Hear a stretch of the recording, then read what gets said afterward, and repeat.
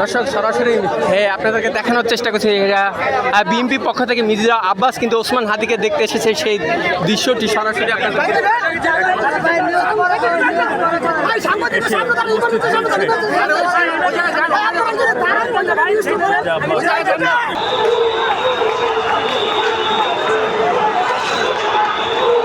BNP পক্ষ থেকে কিন্তু মির্জা আব্বাস ওসমান হাদিকে দেখতে এসে কিন্তু জনতার ভিতরে তাকে কিন্তু ভুয়া ভুয়া স্লোগান দিচ্ছে, সেই দৃশ্যটি সরাসরি আপনাদেরকে ঢাকা মেডিকেল থেকে দেখানোর চেষ্টা করতেছে।